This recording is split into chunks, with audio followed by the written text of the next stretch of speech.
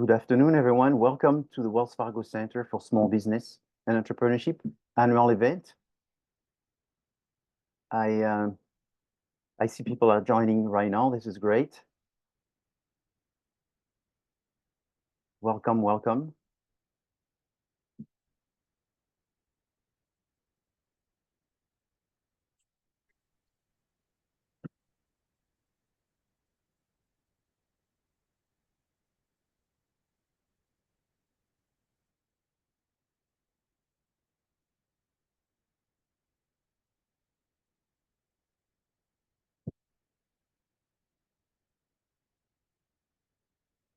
So we're just 1 minute past 12, but I'm just going to wait for 2-3 minutes to get to have more people join, so that way I can get started and they don't get lost on the agenda that we will be covering today.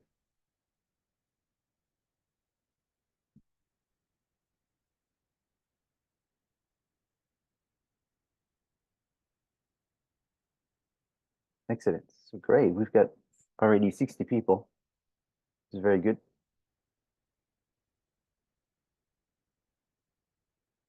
This is an exciting event that students really enjoy participating and actually watching too, because as you will see, there's a lot to learn from the competition we'll have today. And it's not that easy.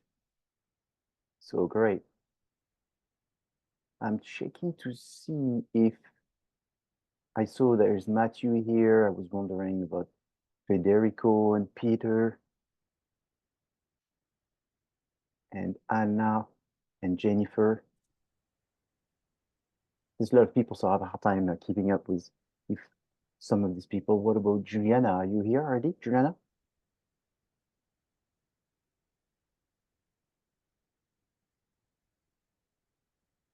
I see Stephen Contreras. Wonderful. You joined us today. That's great. I know you have a busy schedule. It's fantastic to have you on board. That's great. What about Argish? I don't know if Argish has joined yet. Argish Avetian. Maybe not yet. So I know he put it in his agenda and he told me he was going to try to squeeze it in, also from the Wells Fargo. So we're glad to have you. I see Professor de Gravel is here with I recognize his infamous background. Very iconic. And okay, excellent. So how are you doing? How is everyone doing? Good, thank you. How are you? Good. Very How are well. you, Professor? Very well. Very well. I'm excited to see there's so many people joining in, because as you will see, there's a lot we have to celebrate. Oh, not for lunch? No? We have Big croissant. oh, Juliana is here. I'm in the meeting. Yes. And so I'm excited to see everyone. Welcome, Juliana. Thank you for joining in. And so we have clients, past clients, current clients, future clients, current students, some past students, some people from overseas joining in. So this is really good, because that's an opportunity for everyone to see what we do at CSUN and see that we are a college, the Nazarian College of Business, which is very practical. We try to do things that are meaningful for the students to learn so they can apply right away. And so it's I think it's something that is very valuable these days, because it's not easy to find a job, and finding a job requires people that are ready to work right away, and people would rather have those kind of people than the people that they have to train from A to Z.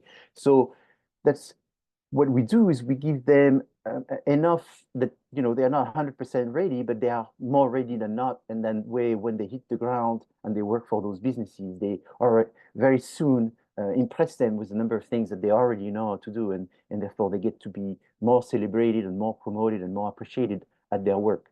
So that's really what we do within the Wells Fargo Center for Small Business and Entrepreneurship. We embrace entrepreneurship because entrepreneurship is what a country needs in order to grow its economy. You need to have innovation. You need to have people that are willing to take leadership. And when you talk about leadership, sometimes you buy those entrepreneurship book and you read that you need to be someone that's very ego-centered to be a good entrepreneur. You need someone who's very narcissistic. You need to be someone that doesn't listen to anyone because you need to have this stamina and that personality in order to go forward. And then you buy another book and you hear almost and read almost the opposite, that it needs to be someone who is a social entrepreneur, and she or he is someone that needs to embrace others and lead others to their path. So sometimes by reading those books, you're a little confused what it really is an entrepreneur. And I think an entrepreneur is a mix of both, is you do have to have your own convictions and your own opinion. You could not be listening to everyone all day, otherwise you wouldn't have the willpower to actually go through. But at the same time, you can't do it by yourself, so you have to work with others. So I know today the meeting is again a Zoom meeting, and originally and for the most part that had been a personal meeting. But I was in a position this year, like every year since 2007, that I've been the director of the Fargo Center for Small Business and Entrepreneurship. I've been looking for students to do an investor pitch, because I always thought this is very important, and it's something that really not very developed within the College of Business. And in fact, at the time in 2007, it was almost impossible to find a college that was doing anything like this. So in that situation, I decided that it's not because nobody does it that it means it's bad. I'm going to do it because I do believe that it's good. Not everyone at the time agreed, but I still did it. And today I'm glad I did it, because obviously it's something extremely popular. Now it's the opposite. There's not one college that doesn't have this kind of event. In fact, most colleges have multiple of these, not just one. So I'm glad I kept persisting. And I think it was a really good fit with the Wells Fargo, our sponsor, because this is a bank that is really involved in the community, very involved with entrepreneurship, very involved with small businesses. So I thought this would be a good fit, and why not doing something different? Because different doesn't mean it's bad, it means maybe it's better. And so I went, and this time again, I look for brave people that would want to put themselves under the fire of the scrutiny of people watching them and judging them.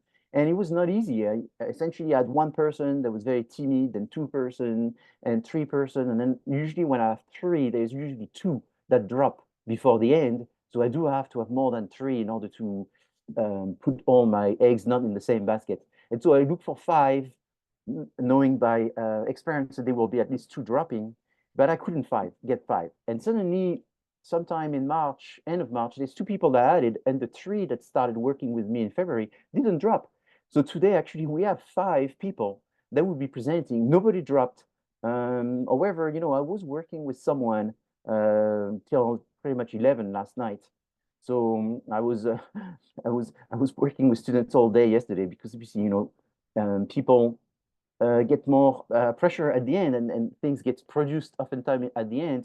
And this is not uncommon, because in business, unfortunately, I think it's oftentimes this way. At the end, everything gets to be crush, crush, crush, and in fact, there was some technical difficulty. One of the students lost the presentation that the person had worked on since early March, pretty much at 6 p.m. last night.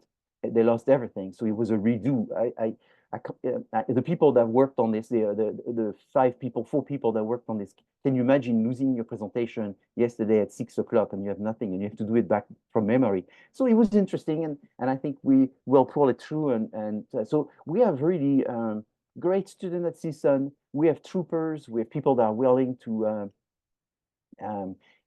willing to take risks.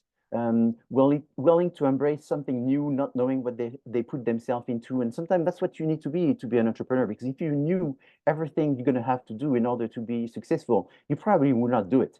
So learning to be an entrepreneur may be actually going against the benefit of getting more people to want to be an entrepreneur, because if you tell them the truth and only the truth, they may realize that it's more than they can swallow. And sometimes you just gotta have to do it. It reminds me, like, getting married is kind of like that. Having kids is kind of like that. If you knew all about the work that there is behind this, you may decide not to, because it's too much work. But then once you've done it, you look back and you say, well, it was not so much work, and you start appreciating it. And maybe there's some benefits of all the work that you did in your raising a family and so forth. So an entrepreneurship is like this, and you can't run after just one bird. You got to chase so many different birds, and you need to put yourself in very uncomfortable positions, because sometimes you're chasing birds that you don't know that much, and you have to learn while you're doing it. And that's why I also love being a professor, because I never assumed I knew everything. And in fact, in so many times, I end up being a student myself. I'm just like 5 seconds before the student. And that's sometimes a problem. And it's called the Dunning-Kruger effect. You know, when someone reads a Wikipedia and they never heard about the subject and read Wikipedia, and 5 minutes after reading Wikipedia, they think they are an expert. And no, they know it all. And then they act as if they're an expert. And sometimes I have to admit that's what I have to do in some situation. It's just quickly learn about it. But life is about learning, and you never stop learning, and you can't you can always be better tomorrow. And so by working on it today, that's what you do. So the Wells Fargo Center is looking at positive people, bringing up positive people, bringing positive issues, helping people get better. And so welcome everyone. We're almost 100 people, so I'm gonna jump in if you don't mind. So, you know, my perception is, again, think about things differently. And I've always loved this concept of the chicken and the egg, and which one is first, right? It's a sort of a theological idea. It's a materialistic idea. It's obviously, you know, essential existential idea. But in business, it's very important, and you can always uh, dwell too much about it. Someone has to start doing something, and you may start from the chick, or you may start from the egg. Someone has to start somewhere. So this was the announcement that I sent everyone. I just want to just bring it back to your attention. Is we're going to have lots of different things that we will be doing today. We'll have 5 people that are going to be braving themselves in showing investments that they will want you to invest in. So you will judge them essentially at do these people talk about a need? Do these people talk about an opportunity supporting the need? Are they focused just on an idea? Are they people that think about supporting their ideas?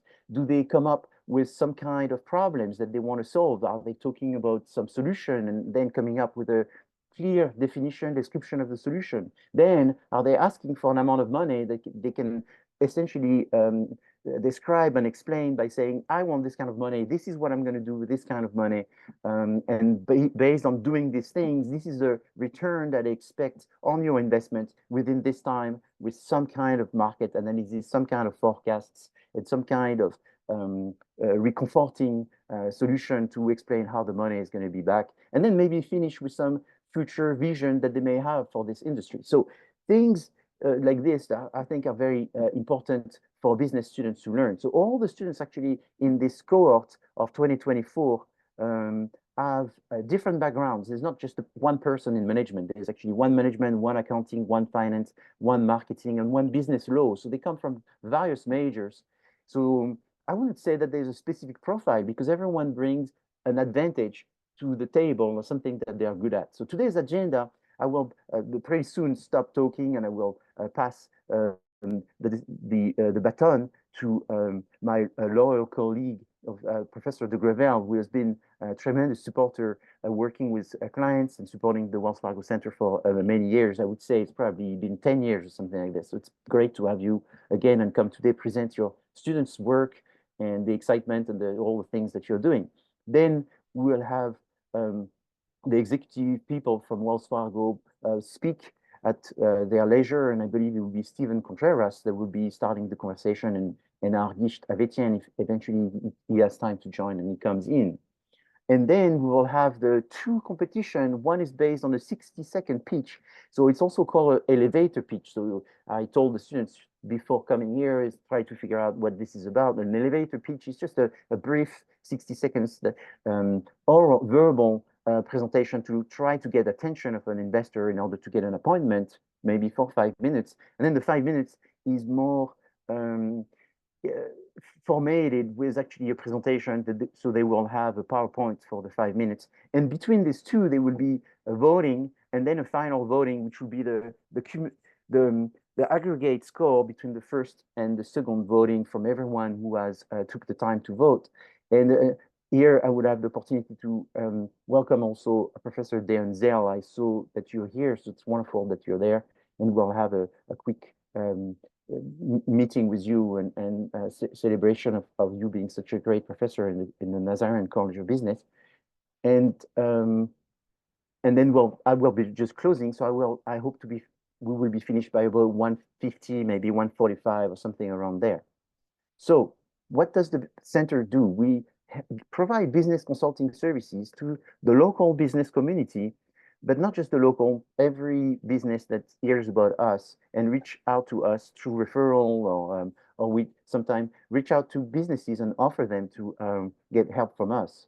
So the idea is that we have a very big impact on those businesses because we've spent a lot of time and we have faculty supervising several students. Sometimes we have classes of more than 100 students working for one client. Sometimes we have classes that break down into multiple clients. So the professors that work on those projects are very keen to help and they really mean well. And the clients are, most of the time what they are is mostly overwhelmed and just amazed by the work that they're getting. This would be costing tens of thousands of dollars if they were actually to pay for those kind of services.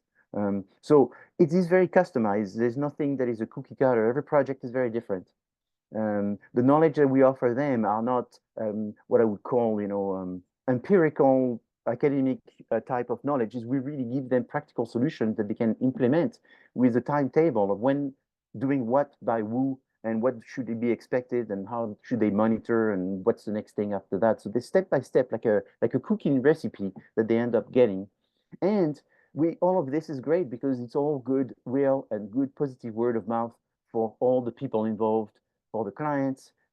All of this is actually quite amazing. Now, having said this, it's not that easy. And in fact, Juliana Curiel is here and she's my assistant.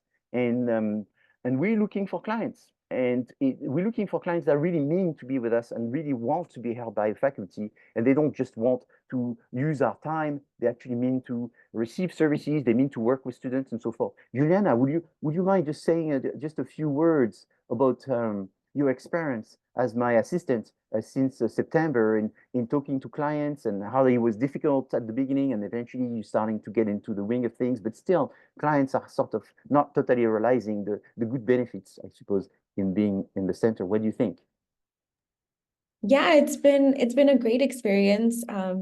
It's definitely helped my skills when it comes to like marketing. You have to, because these people, since it's a free service, they think it's like a scam. So you really have to try your best to market it to them so that they think they're winning something, And this semester it was a little difficult to get in contact with the clients just because they either don't respond or they think it's a scam, how I mentioned. And even like after adding some students in the CC, some of them still don't answer, but eventually they do come around.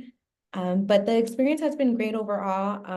It's really nice knowing that you're helping a business elevate themselves and as well helping the students, how Professor Vigneron was saying, to gain knowledge on real life experience and how these businesses can be elevated using marketing, business strategies. It's overall a great experience.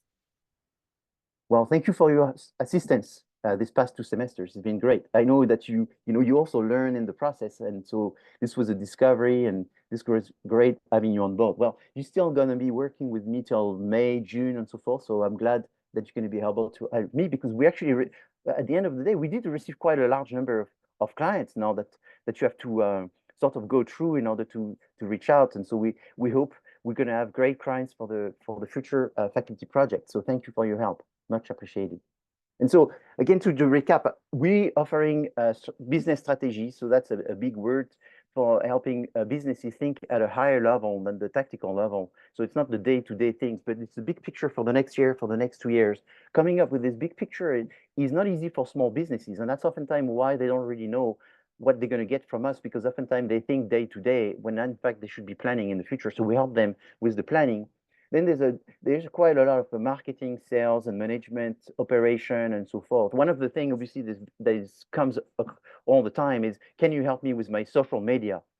I would say for the past 8 years, something is systematic. I would say probably 100% of the time now we hear, can you help me with my social media? So the students are not going to do the social media, but they're going to come up with a campaign and so forth and think about what are the best methods to use. Would it be TikTok? Would it be LinkedIn? Should they have content, video, and so forth created? So there is not just a piece of a report that is produced which has a list of things, but it explains why those things need to be done. Then we're also looking at the financial situation of the businesses. We're looking also at the HR situation and also at their use of technology and use of databases. And again, thinking about funding, should they get more money and where should they get more money? Should they go to a bank? Should they go to an angel investor? Should they go to a venture capitalist? Should they start saving? What should they do? Should they get a new partner? And so forth. So this today, in fact, it will be very much about all of these different things. They're going to be intermingled, and that's very exciting. What we do is actually quite well received because we have some amazing success story. In fact, today, we will be presenting a case that if you've been coming to the Wells Fargo event, you will have seen in the past. So I took an old project of a past client from us, which was a client in 2005, I think. And this client came up with some engineering solution. He was an alumni from CSUN, an engineering alumni, and he reached out to us to develop this leak detector.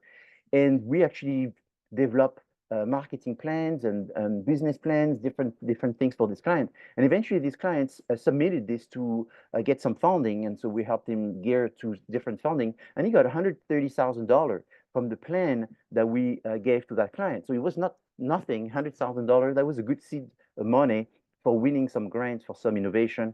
But the clients, unfortunately, as far as I research, and I even tried to reach out to the client to stay in touch, has never responded, and the product has not been commercialized. But anyway, that's what happens in business, is not everything sticks. So we help small businesses, local businesses, large corporations, international businesses, startups, nonprofits. So we don't have a specific allegiance and a type of business that we like more than others. So the clients, we've had quite a large number of clients in 23, 24, mostly clients that were consulted and supervised by Professor de Gravel, Professor Kim, and that was in fall 2023, and myself. And then in spring, we had Professor de Gravel again, Professor Smith join in, and then myself again join in. I will speak very briefly of some of my clients before I pass some of the clients I work on, like a large corporation, I work with Wiener Schnitzel last fall. So this is almost $1 billion revenue. So it's a pretty large organization. For people that don't realize, it's not easy to get $1 billion type of businesses to want to consult with the faculty. Most of the faculty don't get involved in this because it's actually a lot of organization to consult with these people, to go through the different boards that they have to be approved, to eventually reach out to the CEO, and this is a family-owned company. So that was sort of easier because then the family eventually was like, okay, fine, you can work with the marketing director. So with the students, we worked with the marketing director, and I will be working with them again in the future by some very specific things that we're going to focus on. So in fact, I had 165 students work for this company through 30 different reports, and then we're going to take the best reports, and then I will give it to a smaller consulting group of 6 people that will be working on those very specific reports. So that's very exciting. That's not the usual. The university doesn't see the difference between working for a startup and working for a multi-billion-dollar business. I can tell you there's a big difference. And one of the difference too is when we talk to those people, they have a marketing director, and in fact, they work with multiple consulting firms. So when we tell them that we're going to do consulting for them, they know exactly what we're talking about. And then when we give them the report, they go, "Oh my God, you're doing as much as the people that we paid hundreds of thousands of dollars. Crazy." So they appreciate it, but they sort of don't know what to say. And then when we work for, so another example, Jimmy Dale was a famous guitar player for a famous band. And eventually he retired, and then he wanted to create tutorials online to teach people how to play guitar. And so this was a startup that he was doing within his retirement situation. And he had no knowledge of marketing because his band had been mostly successful. And so we had to do everything from scratch. And because he was retired, you know, it's hard to start everything again. And this was a big business he had to start. So different clients. So Lori was a singer from LA that was selected by CSUN as Best Singer of the Year for 2023. Above All Flowers and New Bloom Solution were 2 different consulting companies in the flower industry. And then Think or Stream was a company also working in the music industry, actually proposing sounds bites for people to buy online. And then Alexander of Oxnard is a dealership which is family owned, which I'm working on currently, which has different brands of automobiles, and they have different dealership. So they have a big dealership, GMC dealership, Cadillac dealership, and a Hyundai dealership. And in fact, we also have a collision center and all kinds of different services that they offer. So we work for them this semester, and we're going to work for them again. That's pretty large business with a large sizable number of employees. So now I'm just showing some of the students from last semester that have been involved. Great people. It's fun to work with students because eventually you get to know them, you get to see their personality, you get to encourage them, and it's you have a feeling of the world and the situation of the world, the anxiety of the world when you get to work with so many 22, 23 years old, and sometimes you have to encourage them, and sometimes you see people that are very dynamic and they're full of energy, and so it's kind of like a good tandem that you do with them, because sometimes they energize you, sometimes you energize them. So for me, it's a massive pleasure and privilege to work for them. Future clients, we have many coming, but if you know of any clients, please just email me and say, I know this business that would love to be served by the Nazarian and the Wells Fargo Center. Send it to me, and Juliana and I will be contacting them and reviewing them. So now I will like to pass the baton to Professor Daniel de Gravel for him to be able to talk to us about his clients and see what he's been working with them. Just a second, I have to share my co-host. Okay, Daniel, you're good. Can you hear me? Yes.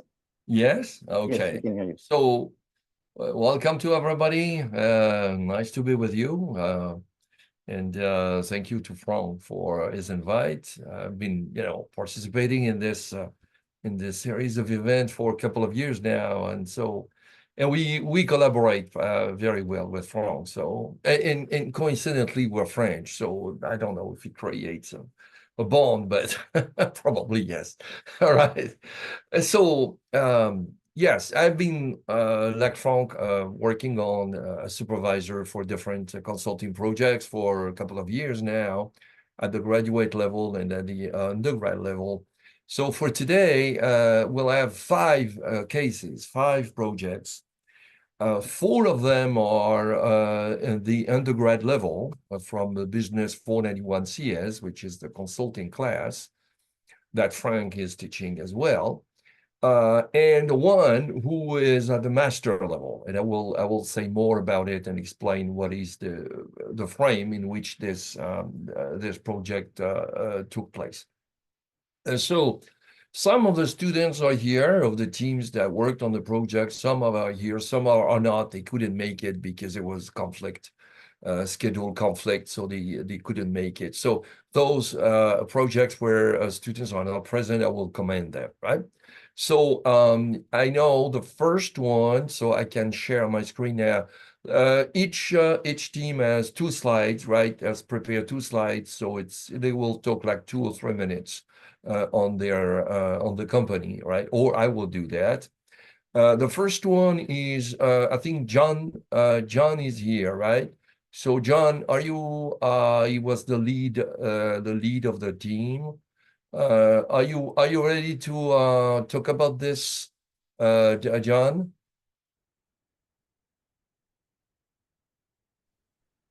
John, I saw him, so I don't know. Hey, Professor. Good afternoon. Okay. I wasn't planning on speaking, but I will jump in. Okay, perfect. Can you see the slides? Yes, I can. Okay. So tell me, John, when I need to go to the next one. So it is about a dentistry office, so cabinet. So go ahead, John. Sure. Good afternoon, everyone. Our group is working on consulting with the small business dental office known as Alla Rappaport DDS, or referred to as ARDDS. It's at a small dental office in Northridge area with 3 employees. They're looking for growth opportunities. They wanted to expand their clientele, both working with government and private insurance. One of their central issues was their lack of social media and website communication. They specialize in service with enduring demand and high patient retention needed. Again, with their clientele, we wanted to focus on retaining clients and as well expanding their market, specifically with certain demographics that they've been seeing in their area. You can go next slide. So the methodology and recommendations, we started with the SWOT analysis of factors, both external and internal affecting the business. We did employee interviews to understand current faults and efficiencies and opportunities in marketing observed. Survey of both customers, local peers. So we reached out to dentists in the local area to find out what they were doing as far as business. And from there, we did our analysis on that.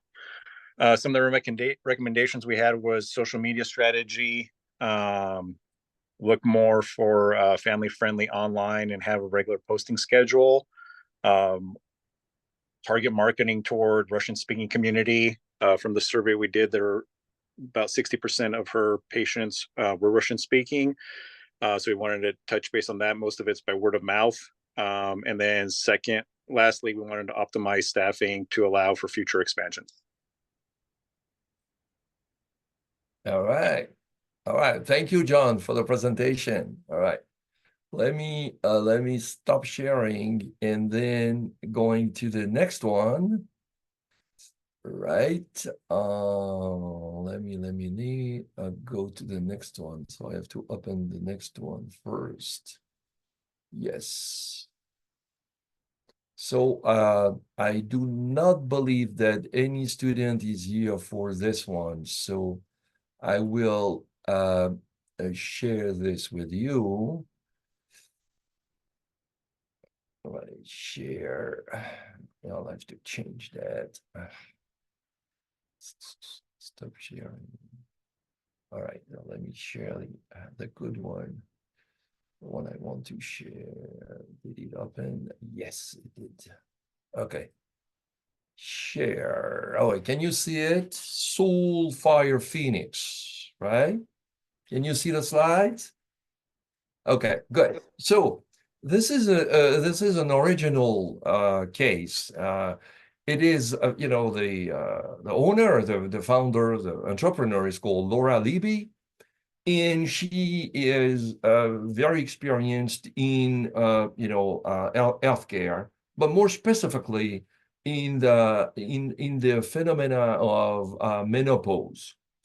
So she is supporting women in this transition of their life, and offers a variety of service that you can see at the bottom of the slide: workshops, coaching, classes, exercises, circles, social gathering, massage therapy, and so on and so forth. So she has started this venture, and she wanted to know how to develop it. She has different ventures. She's doing several things at the same time. So the goal here was to see if there was a market for this.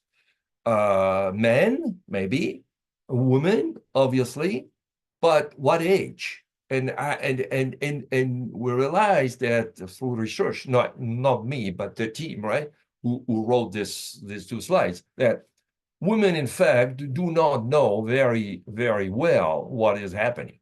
Surprisingly, because we are in the 21st century, but still, there is a lack of knowledge and awareness about it. So the central issue was to help her develop, right? But also look at the viability of the business model.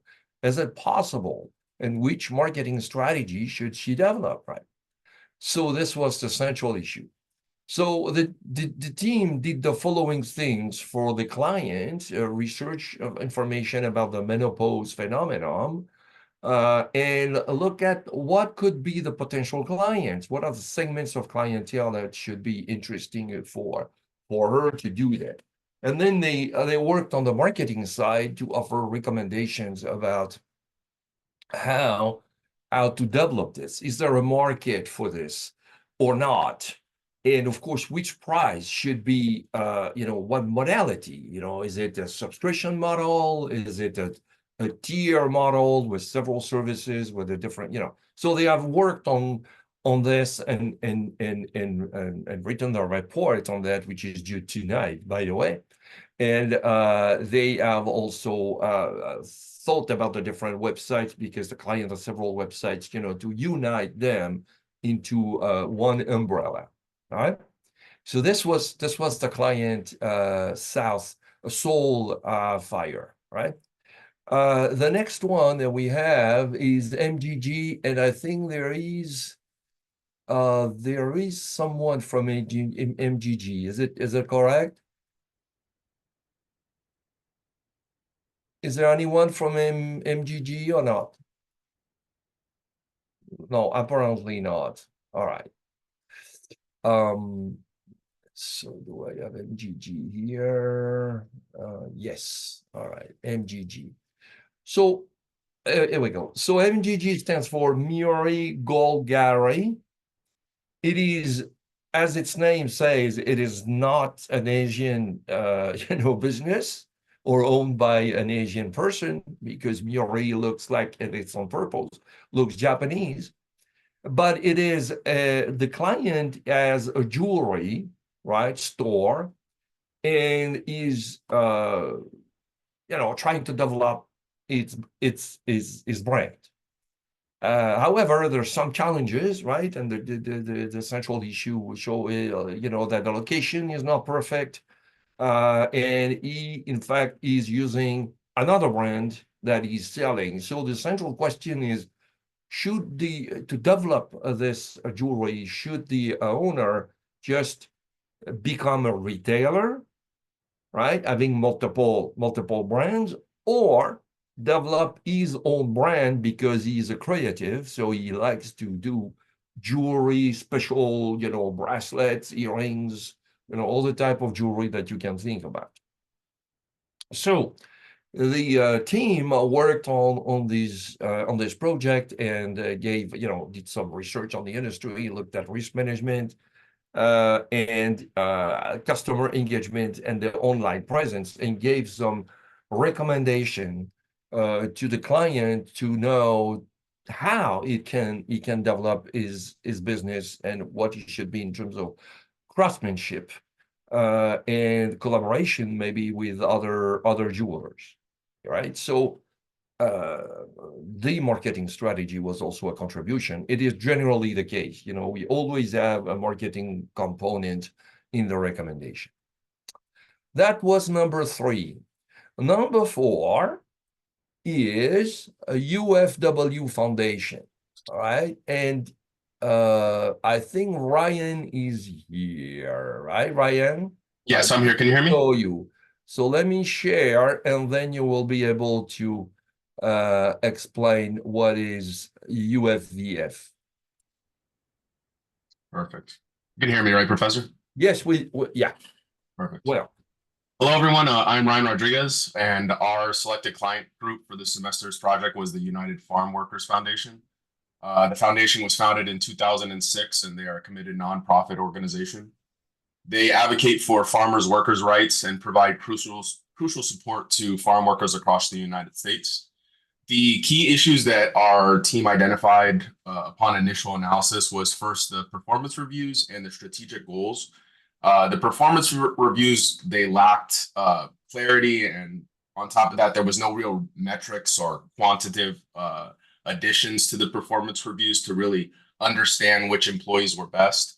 And then the strategic goals were either not defined or absent altogether. So we ended up kind of working those strategic goals into the training programs and the high potential identification so that we could help elevate those issues that we had identified. You can go on to that next slide. The methodology that we took on was to first have a lot of conversations with our clients. So our point of contact was the director of human resources at the foundation. So we spent a lot of time interviewing her and understanding the communication practices within the foundation, understanding who talked to who and who communicated to what teams. And then moving forward, we looked into the procedures and the processes of the workforce to help get a better understanding of how things were set up for employees so that we could eventually propose a training strategy. And then finally, moving on to those main recommendations, we created a brand new performance review process, and we also created a performance review template that gave both mixed quantitative and qualitative feedback so that they could build a metric system when reviewing employees. And then from there, we were able to kind of identify those skill gaps and create a training module, which the team also did. And then the strategic goals are now clearly defined and stated on the first page of the performance review so that all the employees at the foundation know what they're working towards and can set their goals in alignment with top leadership's goals.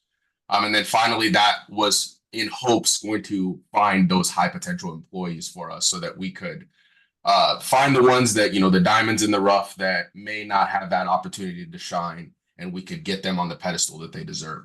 And that's going to be it for our presentation. Thank you, Professor. Thank you, Ryan. Yeah, so I would add that this organization was original. Well, it's a nonprofit first. And secondly, it was a pretty big organization. They had, at one point, 150 employees, which is huge, right? So, and the contribution of the team was really on the internal strategic variables, meaning HR, resources, structure, right? And with no marketing, because marketing was not the need that they had here. The market of nonprofit is huge. There are a lot of nonprofit, and generally they are not tapped by consultants because they don't have resources. They cannot pay it. It's too expensive. So this is a niche that I am trying to explore, because there are also a lot of large organizations, right, with several dozens or hundreds of employees, which make the internal issues more salient. Because when you have a large organization, automatically you have structure, culture, you have HR, you have leadership issues, and that's our jurisdiction, if I would say that, field of expertise in the Department of Management, right? Thank you, Ryan, for this very good work. Let me open the last one. No, close this first. Stop sharing. Yes, opening the last one, and the last one is the CIVO. I don't know if there is anybody for CIVO here. Adrian, I think Adrian is here. Are you here, Adrian? I think I saw him. Can you see my slides? Yes? Okay. Yes.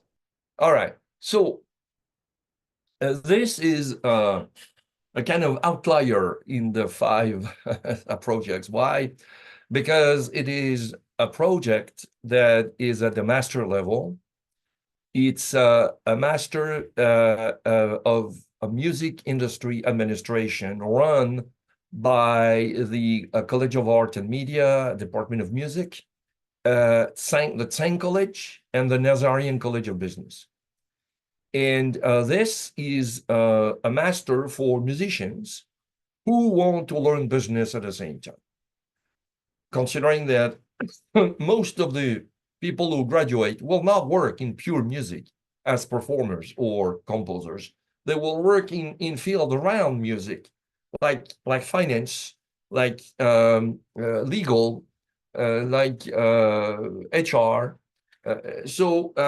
This 3 years ago, the head of the program, and I cooperated with him, of course, we started to replace the comprehensive exam by a consulting project. So we are at our third year of doing it. Of course, there are 5 projects there, but I have only one. So the other ones are run by 2 other professors. So this one is the Santa Clarita Valley Youth Orchestra.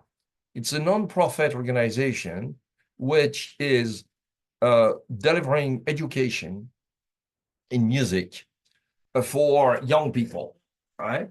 And they have 4 paid employees and a lot of volunteers. So they had a lot of issues, but the team selected 3: the funding, the retention of students, especially after the COVID, and the evaluation of the performance of employees, right?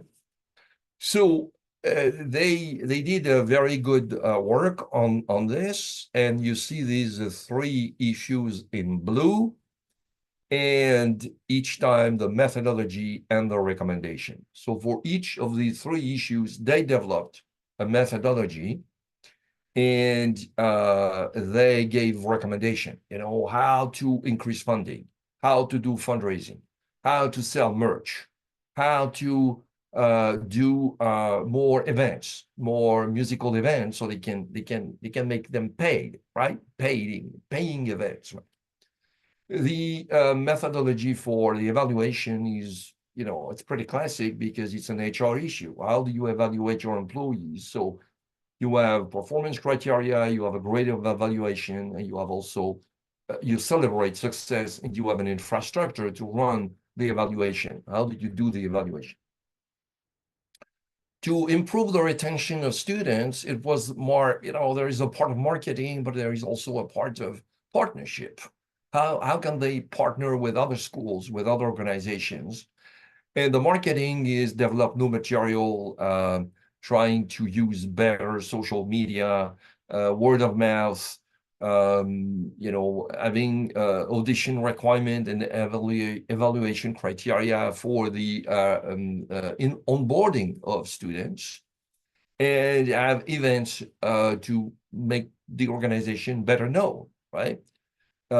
So they have done a big work, and they presented to the client last when was it?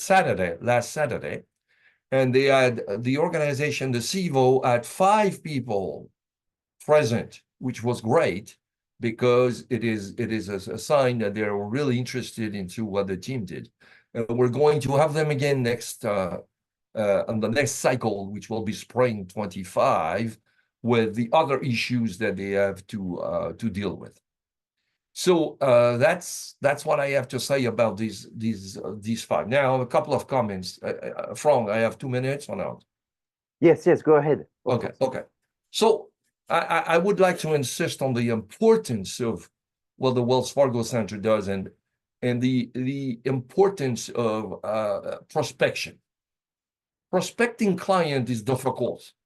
I'm prospecting client too, and I found some client on my own, but it's very difficult. Well, first they think it's a scam, because if it's too beautiful to be true, it probably is, right? So convincing them that it's not a scam is already the first step. Then you have to build some connection with them, and it's very difficult.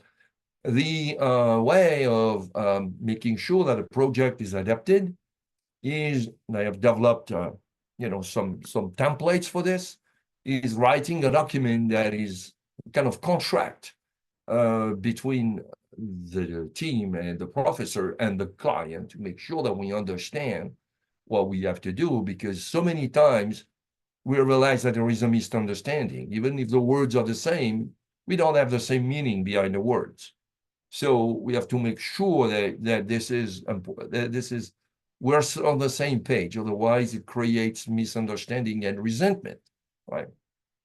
For the future, my objective is to go towards bigger organizations, because big organizations are richer to the issues. The more issues, like a soup of issues, the better, because it's a more creative and more richer experience for students, right? So yes, small business, but small business, a company with 300 employees is still a small business. If we by the what is the official body of this that is giving the threshold, right? Where you are a business or you are not a small business. So this is an extremely important, consulting way to give back to the community and to make CSUN more visible, right? Because we need to be not just a sanctuary of knowledge, but also a sanctuary of action and do something for the community, not just, make students read books, right? Which is good, it's our role, but we need to do something after that. So I want to thank all the students who were there and thank the students who prepared these slides, which allow me to, and them to present to you these 5 cases. Thank you, Daniel. Thank you for your participation. Thank you for your energy working on this, because that's more energy, it's more stimulating. I mean, we can see the variety of projects that you worked on, and obviously it's not the same. And every time when you meet with a student, again, you have to think about, okay, what is it already remind me? Because you go from one to the other is a big difference. I want to thank you for presenting. I want to thank your students for coming, John and Ryan for being here and presenting. And you're right. Large businesses bring a different type of process and a different issues, and also, like you said, they are less basic in the sense that we don't have to go back to the 101 of the basic concepts. We can elevate the discussion and think about things, and also we know that they have the resources to actually go after the recommendation that we give, because sometimes we have to limit the recommendation based on the type of client that we're talking about. There's with more money, there's more things you can do. So the students sometimes feel a little bit more liberated working with these large clients. But then getting them is not easy. I was able to get one almost $1 billion in 2023. In 2022, I had another one that was $2 billion, and the year before I had one that was $3 billion. So I try to have every year at least $1 billion one of client, but it's very difficult. And again, CSUN doesn't see any differences between getting a startup and $1 billion, but when you're a client and then when you're a student, there's a massive differences of the experience you're going to have working with these clients. And I can say from my own experience, it's probably 3 times, 5 times more enriching. And also once you put it inside your resume, it makes a big difference. I worked as a consultant for a company that makes $2 billion, and I work directly with the director or CEO and so forth. It's not the same that I work with someone that nobody knows on the company that we don't even know if it's going to go further from this startup. So everybody wins with the big businesses, but it takes a lot of resources and it's a lot to ask for the faculty, and that's why we're also having some difficulty finding them. So thank you again for coming today. You're welcome. I would like to welcome Steve Contreras, and from the Wells Fargo Center, Executive Director in the region. And I know you have a few things to talk about, and so welcome, and please share with us your ideas and point of view and your experience in the bank, your experience as an alumni, because I know you also went to CSUN and all of these different things. Absolutely, and thank you, Professor. And I'm definitely honored to be with in front of all of you today, albeit virtual. But my name is Stephen Contreras, and I'm Executive Director, District Manager for Wells Fargo. My territory is primarily in the northwestern part of the San Fernando Valley, and I'm fortunate I cover all of the Northridge area, Granada Hills, San Fernando, Pacoima, and I extend out west to Porter Ranch and Chatsworth. I've been with the organization for over 27 years, and it's really exciting for me to see in the background and some of the little screens here, CSUN and Wells Fargo in the same picture. As was mentioned, I am an alumni of CSUN, so I definitely have some enhanced passion. But more importantly than that, from the small business segment, it really is the lifeblood, the heart and soul of our economy, particularly here in the San Fernando Valley.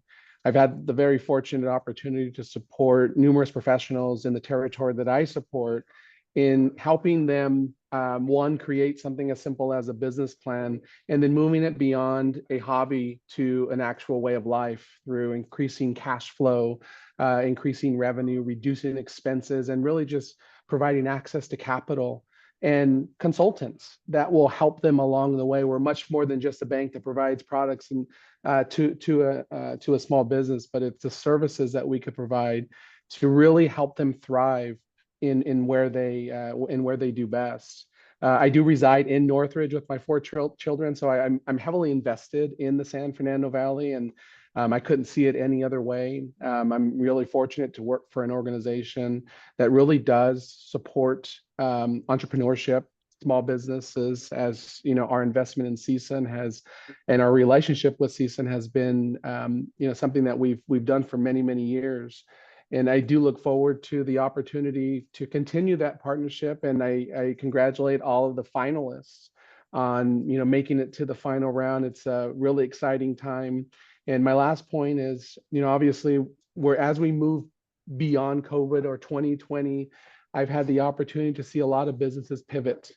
And unfortunately, we haven't seen all pivot in a successful way, but I've had the opportunity to see a lot that have, and they're thriving in either a new industry or an industry where they just pivoted their product or service a little differently. And it's that tenacity that really motivates me to continue to support my team, the professionals that support all of our local small businesses, to really thrive and keep this economy moving forward, particularly here in the San Fernando Valley. So again, congratulations. I'm very honored to be here, and I look forward to all of your continued success. Back to you, Professor. Well, thank you for those words of encouragement. And the words I want to add is, it's true, people have to pivot, and students have to pivot, and it's not getting easier. It may be getting harder. So that's why it's important to learn and go to school. Not going to school is not going to be a good idea in that type of situation. What I want to add before the students start, and I'm going to go back to sharing my screen before we get started, is here we're going to have a number of students that really did so much more work than it was required, because this is not a class. This is really with them putting themselves in an uncomfortable position in order to learn something so they can gain something. So these people will come in this order. This is the order that I actually drew, random draw yesterday. I was with Anna Turley. She was the witness of this. So this is the random draw.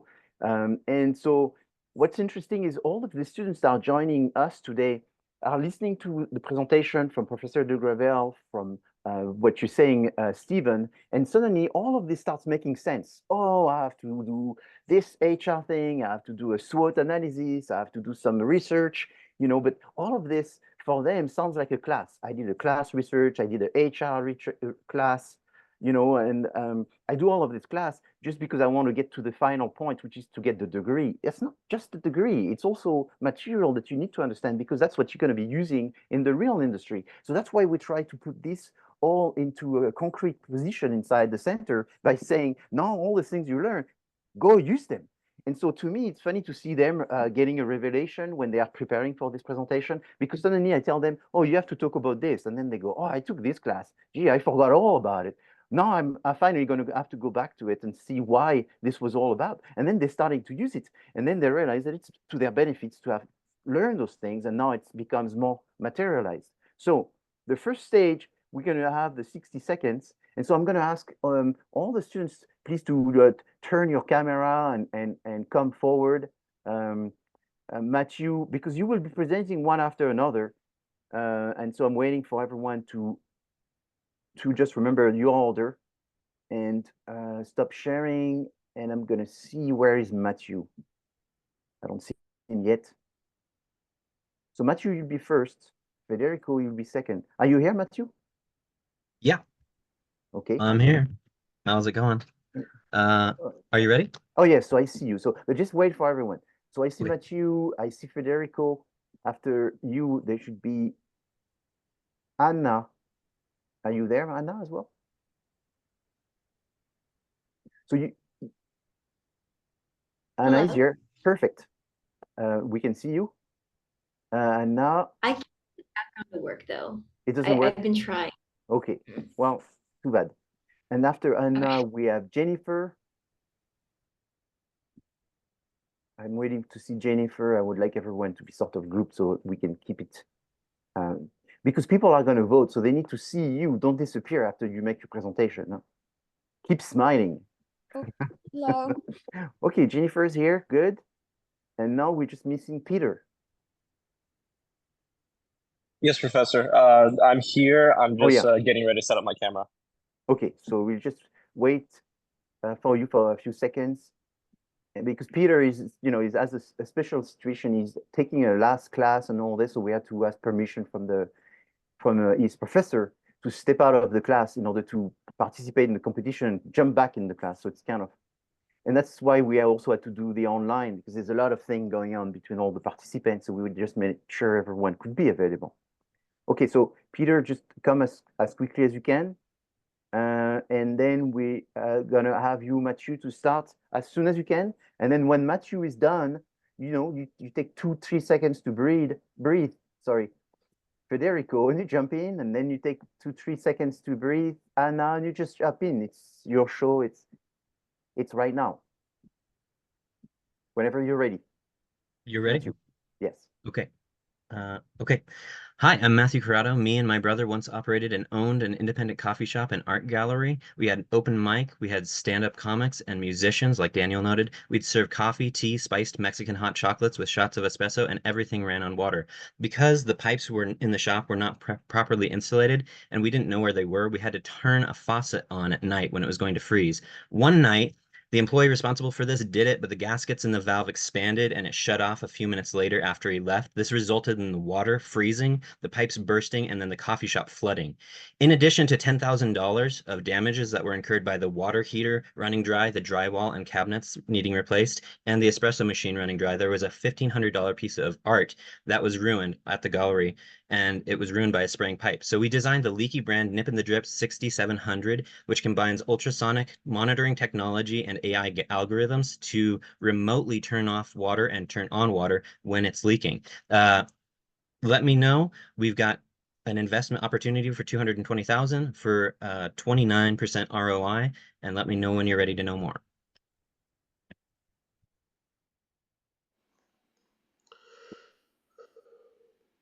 Hi, my name is Federico. In 2020, my brother and I bought a boat. In 2021, we were fishing with my dad, and our water heater leaked, and the boat sank along with my dad, and we lost everything, and it was terrifying and very traumatic for us. The insurance only ended up paying half of it, and so my brother and I had an idea. He's an engineer, and I've been in business sales for 20 years. Our solution is AquaGuard, the essential tool for leak detection, ensuring your vessel remains safe from sinking even when you're away. Right now, we are focused on expanding market penetration, advanced product development, and scaling our operations efficiently. We're asking for $300,000 with a 20% stake in the company or a 50% profit sharing model within the next 5 years, an ROI within 24 months. Our future is expanding into AquaGuard homes and real estate. Hop on board with AquaGuard. Thank you. Hi, my name is Anatoly. So my story is pretty much me and my friend, we were going to San Diego, and when we came back to a complete mess. The house was flooded and everything that I had that was so valuable was completely destroyed. So it got me thinking, how can a common issue not have no affordable solution? This is an issue that affects millions and millions of homes. And so we created, me and my long-term friend, we created a device that can help the average homeowner know about a leak before the leak gets out of hand. AquaGuard is a product designed to let homeowners know of leaks before it's too late. This untapped market of over 220 million homeowners and growing, we together can help ensure while giving them all a peace of mind that will never happen to them.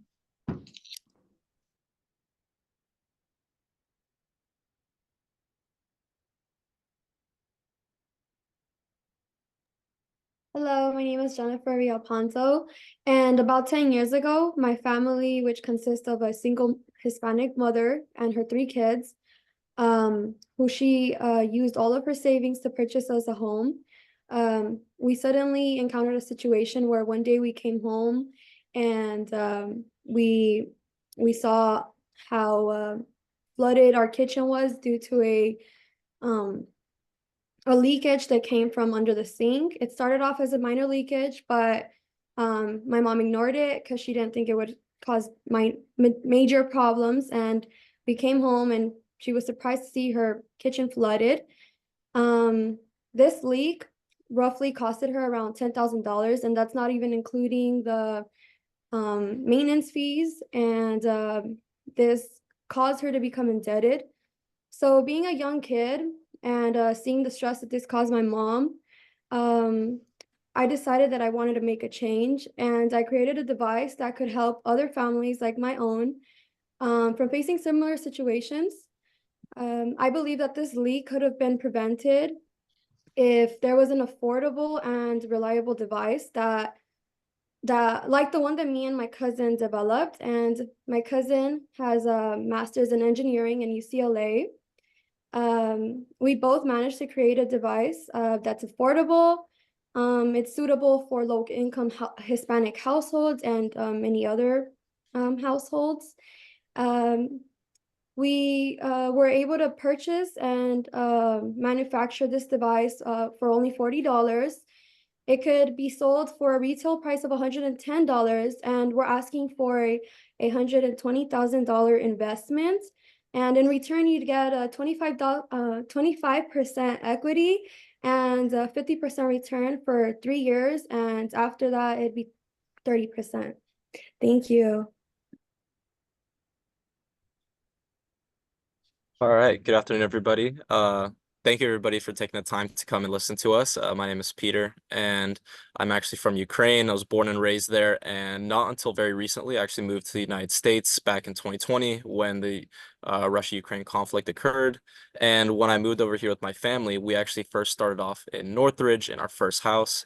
And when we were over there, actually, unfortunately, we did have some issues with remaining family back in Ukraine. So when my parents went back to Ukraine to take care of them, I was left with me and my brother to take care of the house, and due to some faulty piping, we actually ended up getting massive leaks under the house since we were on a standing structure, not a concrete structure, which led to us having over $40,000 in damages. And to be quite frank, it was almost to the point where we almost got sent back to Ukraine because we lost the house and we were almost indebted to pay the remaining damages.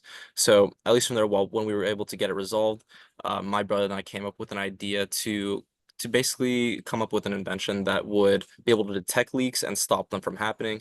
My brother actually got his undergraduate degree in Ukraine in engineering, and I myself just graduated from CSUN with a marketing and business degree. So both of us together came up with Smart Pipe, which is a pipe that you install, which is a device that you install into all your piping systems that are able to detect leaks from happening. And not only that, but any other information that you need to know, whether just how much water is being used on a daily basis, from where, how much, and at least from that, we're looking for a $200,000 investment with a 25% stake in the company. So very much looking forward to what we have in store and invite you to join us. Thank you. Well, great job, everyone. Wow, interesting. Good. So I think you probably appreciate each other for all the stories because you know how it is difficult to bring it up. So you saw, oh, that's what you did, and that's what she did, and okay, I'm ready for the 5 minutes. Let's see what's going to come after that. Great job. So we're going to move into the voting. So Juliana, can you steer us towards the voting? Okay, perfect. You should see on your screen the name of the people in the order that you see them. So I see people already voting and going like crazy. Boom, boom, boom, boom. Woo.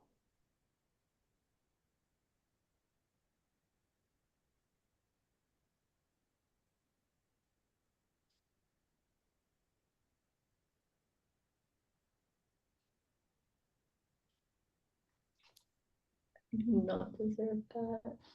No.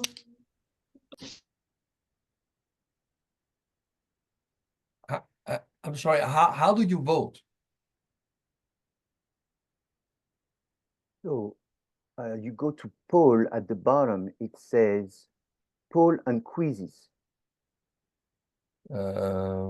Shows tools, more. It's in more. Oh yes. All right. All right. Yeah. So poll and quizzes.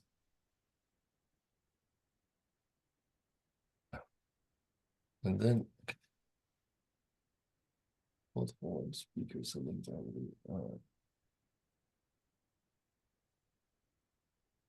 something.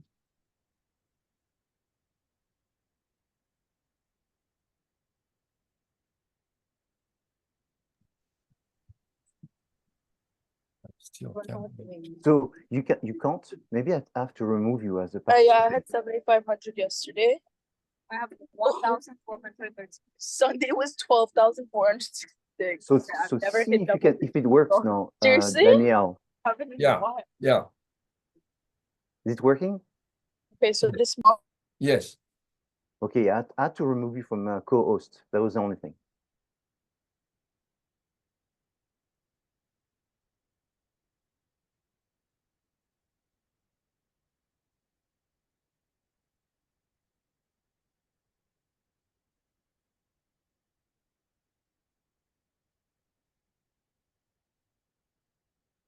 So eventually, for the next one, Gianna, then you'll have to keep the numbers and add the number of the second one, right?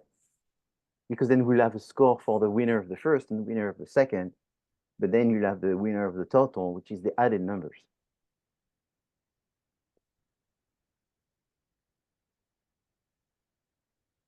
So I think we're getting pretty close to a situation where it doesn't change anymore.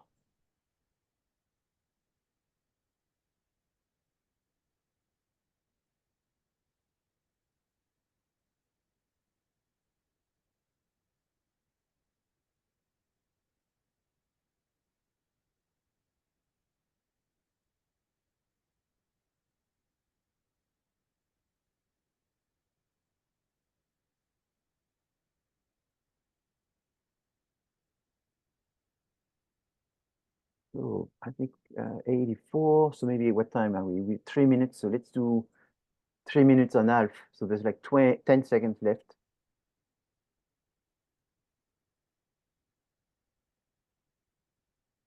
Or let's do 4 minutes. That way it's fair. Let's do 4 minutes. And if there's anything happening, we have 84 people because we have one person difference between the first and the second. I don't know if you can all see that. At this second, it's Anna who's 24. Then Peter was 23, and then Matthew was 21. So they're pretty close, those three people.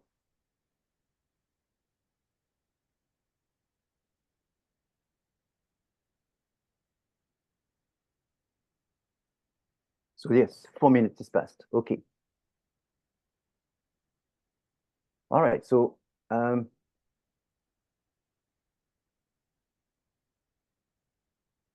this situation, we have Anna, who's the winner of the 60 seconds. Congratulations, Anna. Wow. And you don't have a background.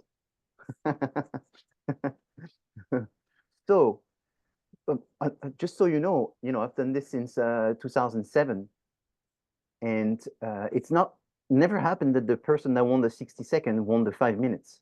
So I'm just saying that not to make you feel bad, but for everyone to know that doesn't dictate the next results, because actually it has never been that way. So it's a very different animal, the 5 minutes from the 60 seconds.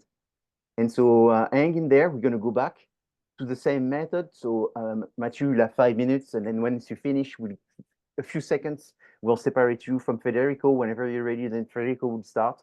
And so you all have the capacity to share the screen. So Matthew, as soon as you're ready, go ahead and just you can start sharing your presentation and start the minute you're ready. All right, so let me get it up and ready. So whenever you want. Okay, you guys are ready? Hello, thanks. I'm Matthew Corrado, and I'm glad to be here talking about water monitoring devices and how we can save you money. Our team is primarily structured out of my brother and myself. After owning an independent coffee shop, we took a step back and we went to school to get degrees. Him from Azusa Pacific for engineering, and I went to CSUN for accounting. During this time, we got a job at a garden center, and we learned some interpersonal skills. Also, we learned industry norms. So the EPA notes that you can waste up to 25,000 gallons of water in your lawn.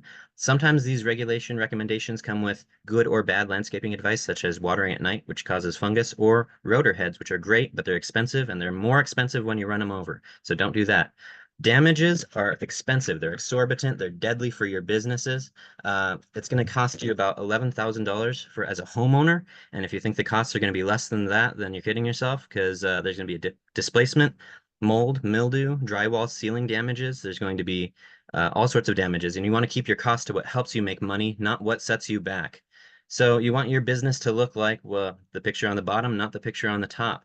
You want to identify your leaks before they cost you $4,200, and you want to prevent the need for restoration. You want to use smart technology that informs and reacts to the environment quickly. All that's in our best seller. Our best model is the Nip and the Drip 6700 SR ND by Leaky. It detects the leaks with ultrasonic technology. It gives suggestions for watering. I've got a prototype right here, and it's going to be connected to a water pipe. It's going to be locating as well as detecting the leaks. So you want to put it not in front of the lawn, but in front of the whole house. So it can map out the whole area. It's comprehensive and intelligent in that manner. Installation is easy and it sells for $100. So the implementation is for a broad audience. It's better to have it and not need it than need it and not have it. It's for homeowners and business owners. It's online, in-store, and not only big box stores like Lowe's and Home Depot. It's going to be involved in garden centers, hubs of knowledge and conversation and local expertise. The market demand for water monitoring devices is around 1,700 million. It's going to grow about 7% in the next 10 years, and we'll need about $220,000 investment to get started. The costs. So the costs are those expenses that lead to your revenues, just as this path leads through some amazing landscape design. Our costs are going to lead to some amazing profits. We'll need $220,000 for fixed costs. Variable costs are $22, launching with a projected year one ROI of 29% at 4,000 units sold. Graphically depicted, this is here. It's yellow is fixed expenses, red is the total cost, and then green is revenue. Space between them is profit, and then the break even occurs at 2,800 units. 3 options at the end of 2 years. Continue operations, sell to Rainbird for $8 million, or retire after 2 years and vacation in Hawaii. We'll be able to do this with an investment of $220,000. 22% of the share of the company will be yours, and 35% of the profits for the first 2 years. This money is going to be used for completing the patent recording for $30,000, inventory for $60,000, salaries for $50,000, sales for $40,000, and we've got marketing, trade shows, social media, etc. So the cherry on top is we've got more models rolling out. The anti-ice dripper 450 WT is what our coffee shop needed when we flooded. It could have saved us $10,000. This is our model that we're most proud of. It keeps the water flowing, trickling, not blocked up. When it freezes, the water expands and breaks pipes. It works with a thermostat and a small valve. It's intentionally launched automatically or remotely, and it's $89.99.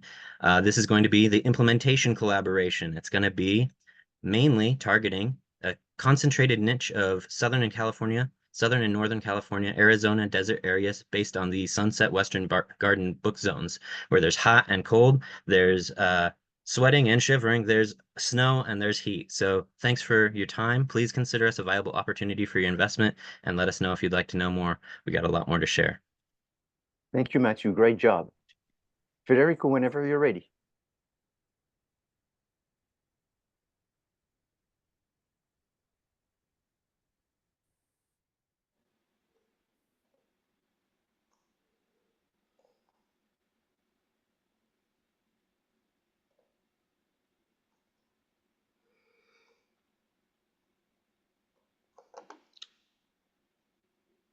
Hi, my name is Federico Trebell.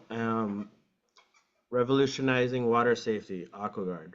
Right here we have my brother and I on our first fishing trip in 2020.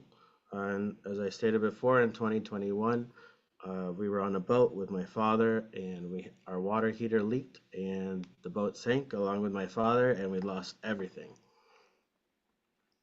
Leak sinks boats, costing owners a lot. For us, it was everything. It was our memories with our father. It was heartbreaking for us. Our boat is the Si Senor, and this is the No Senor.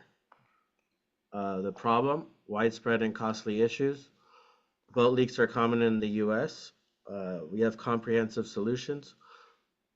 Most leak detection methods are often unreliable and just are a sensor that is placed on the floor of a room and that beeps. Our solution actually has very smart advanced technology.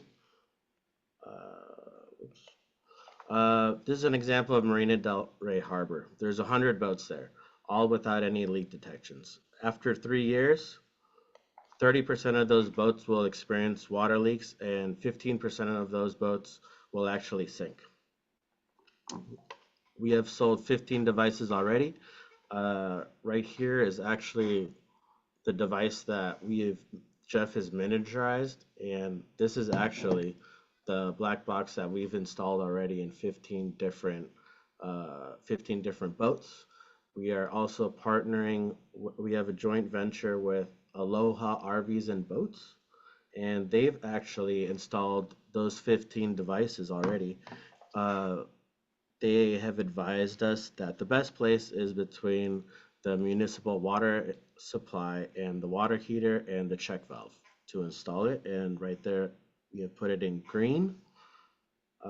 Of those 15 boats, 2 of those boat owners were thrilled about it and came to us to talk about it. One of those people was John Stokes, and he stated, "I had no idea my boat was taking on water until AquaGuard alerted me. It gave me enough time to get back and prevent a potential sinking disaster. This is a must-have for every boat owner." Here's our market analysis. Our total available market is 100 million. What we're aiming for is 15 million of that market in 3 years. And that is around the Southern California area, Los Angeles, Ventura, and Orange County. And our investment opportunity is we're asking for $300,000 in exchange for a 20% equity stake, or $300,000 for 50% profit sharing for 5 years. We anticipate a return of 18 to 24 months. We need help, and we would love your expertise. So that way, we could make a commitment to get it back to you in 18 months. Our funds allocation, there's 4 different areas: inventory, paid employees, trade shows and parades, and incentives for boat brokers. There's equity opportunities, and our exit strategies. In 5 years, you could get all your money back and multiply that exponentially and move on into your next investment. Right here is our funds allocation details: inventory 130,000, full-time employees 100, trade show and boat parades 40,000, and the last one was broker incentives. Expanding our vision. In Q4 of last year, we launched AquaGuard for Boats. Moving into 2025, we want to launch AquaGuard Homes and AquaGuard Real Estate. Right now, we're in talks with fire construction company, fire sprinkler construction company located in Van Nuys. They're called Salamander Fire. And we also are in contacts with a real estate developer in Woodland Hills. AquaGuard Real Estate, comprehensive leak detection. It includes regulatory compliance, minimized liability, customized solution, and real-time monitoring and alerts. AquaGuard Homes. We're looking at water leak sensors that work both Wi-Fi and Bluetooth. Here's a picture of a flooded basement that Salamander Fire provided to me. This is the ideal, is family enjoying peace of mind, and that's my family. We also want to get into using app to monitor water flow, and that's it. This is our team, myself and my brother Jeff, who's the lead engineer. Thank you so much. Thank you, Federico. Great job. Now it's Anna time. When you're ready, Anna. Okay. Share screen. Sorry. Oh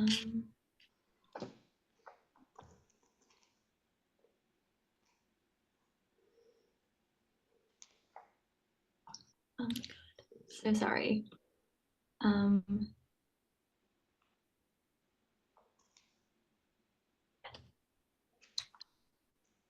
I'm so sorry. I'm struggling right now. You need to open it as if you're going to work on it. And then when you Yeah, go, I have. and then when you go share, you should see it on your desktop or the desktop of the platform. this is share screen. So I click on share screen. Yeah. I'm so sorry. And then you don't see the open document? no, I have okay.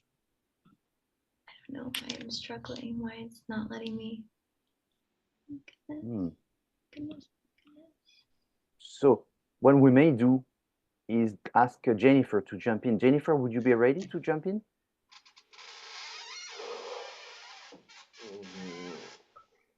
Hello? Yes. Hi, Jennifer. Would you be ready to take Anna's position for right now? Yeah, I can try sharing my screen. Okay, go ahead, and then what we'll do, Anna, after Jennifer, you'll be jumping in, all right? Is try to see if Okay. you can work it out. And I think because of the timing, we may go a little over 150. I'm sorry about this, but we'll be before 2. So Jennifer, whenever you're ready, you can go, and Anna, make it happen.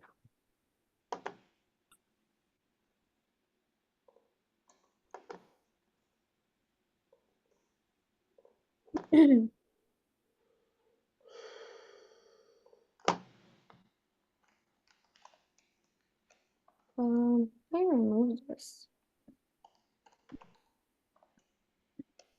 Okay, so hello again, everybody. Welcome. I'm here to present to you Aqua Alert Pro, my company that I'm very proud of. Our slogan is leak-free, stress-free.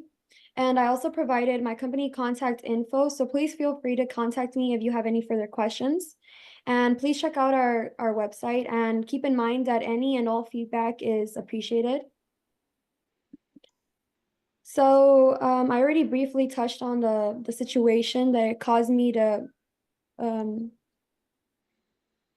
try to create this product with my cousin. So I'm gonna go into the next slide. So the problem, this problem, the situation that me and my family faced, it made me wonder how many people also suffered from water leakages.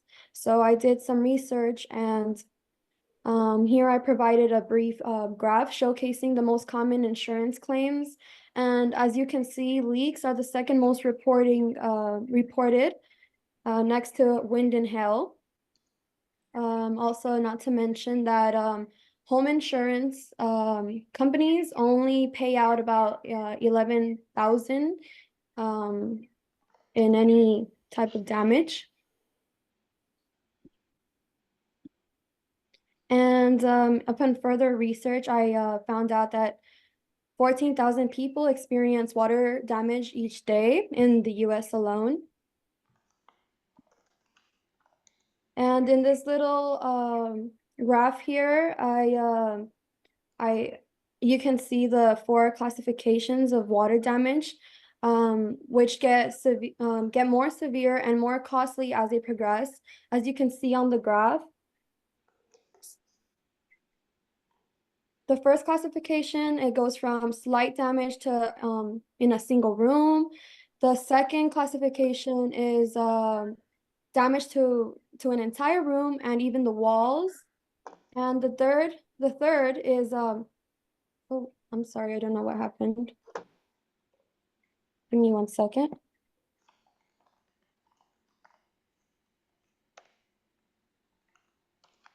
Sorry. The third is damage to multiple rooms, ceilings, walls, subflooring, and insulation. And the last one is severe prolonged effects that can be caused from flood, storm surges that affect the infrastructure of the home. And these are the most costly effects of water damage. So this problem can start off as a small leakage that starts off in the water pipes of your home. And then later it can progress to property damage that later can progress to, if left untreated, can progress to mold buildup that can cause lasting asthma conditions in even healthy people who have not had asthma conditions before. So mold is pretty unhealthy, as most of you already know. And it's caused even by the slightest leak that goes undetected in your home. And the worst, next to causing health issues, especially for low-income families, is foundation and entire house damage, which you can only imagine the cost of those repairs. So the opportunity we see with our product is a large market, considering that 14,000 people, as mentioned in the last slide, are affected daily. Restoration costs ranging from $150,000 to $150 to $100,000 creates a great look on our affordable product. All our competitors are costly and go for more than $1,000, which makes it unaffordable and inconvenient for the average consumer, especially low-income families. So I just provided a brief description of the competition, of other competition and like other companies.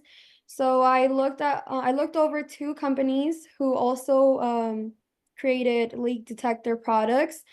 They both range from more than $1,000. These products are more prestige, like more expensive. So they include like costly services. They include costly installation fees, and they're definitely not and they're not able for you to install on your own. So yeah, that's not something you can opt out of. And I feel like the competitiveness of the You have other 1 minute left, huh? So be oh careful. Yes. okay, so I feel like the competitiveness is pretty low on these other companies. A little brief overview of our product description. It's easily it's simple and hassle-free installation. Not to mention, older folks get free installation if needed upon purchase. Our device learns your house pipeline system within 2 days. It also provides real-time alerts so that you also have the convenience of controlling the device from your phone, turning it off and on. The device will certainly turn off if any leakage is detected. But now let me show you guys how easy our installation is, featuring my cousin who developed it himself. So I hope the installation looked as easy as it is, and is as realistically to install. I'm really excited to be carrying the new devices we can do install for you. This device is going to allow you to monitor your water, be able to notify you if you have a leak or water line burst in your house, no matter where you are. We're going to run through how to put these in.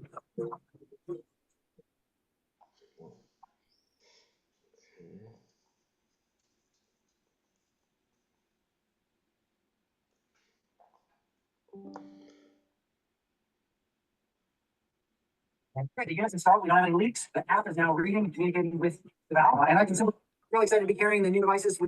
So I'm just going to skip over that because of the time, but our product retails for $109.99, and the profit margin for that is $69.99 per unit. The wholesale price is $39.99, and the profit margin is $20 per unit.